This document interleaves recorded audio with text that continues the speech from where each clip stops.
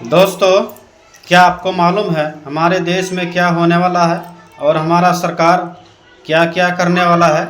सबसे पहले राहुल गांधी जी को सुनिए, तब आपको समझ में आएगा कि सरकार हमारे लिए क्या करने वाली है। नमस्कार। हिंदुस्तान का टेक्सटाइल सेक्टर 5 करोड़ परिवारों को रोजगार देता है। नरेंद्र मोदी जी की जो यूएस डील है वो हिंदुस्तान के टेक्सटाइल सेक्टर को खत्म कर देगा, नष्ट कर देगा।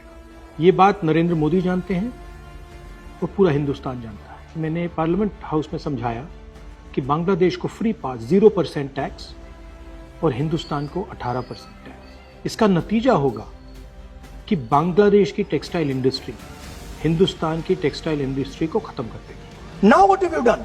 You have, the United States has reduced Bangladesh's tariff to zero. And our tariff is 18%. What do you expect our textile people to do? Their competitor is Bangladesh. If Bangladesh imports US cotton, they have 0% duty. Finished. Textile industry gone.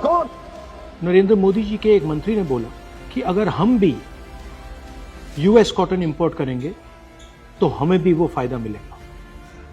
मगर सच्चाई है कि हमारा cotton Bangladesh जाता है, हमारा cotton Hindustan की textile मिलों को चलाता है।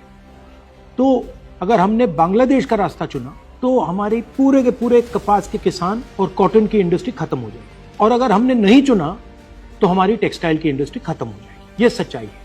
पीयूष गोयल जी, झूठ मत बोलिए। इसलिए मैं इसको सरेंडर कहता हूं, क्योंकि ये डील या तो कपास के किसान को मारेगा या टेक्सटाइल इंडस्ट्री को मारेगा या फिर दोनों को उड़ा देगा। इनके मंत्री को यह भी नहीं मालूम कि बांग्लादेश अब हिंदुस्तान से कपास नहीं खरीदेगा और उन्होंने निर्णय ले लिया है कि वो यूएस से कॉटन इंपोर्ट करें। ये है यूएस डील, नरेंद्र मोदी जी की डील की सच्चाई। तो आपने सुना भाई, अगर विपक्ष मजबूत ना हो, सरकार क्या कर रही है हम लोगों को पता ही नहीं चलेगा।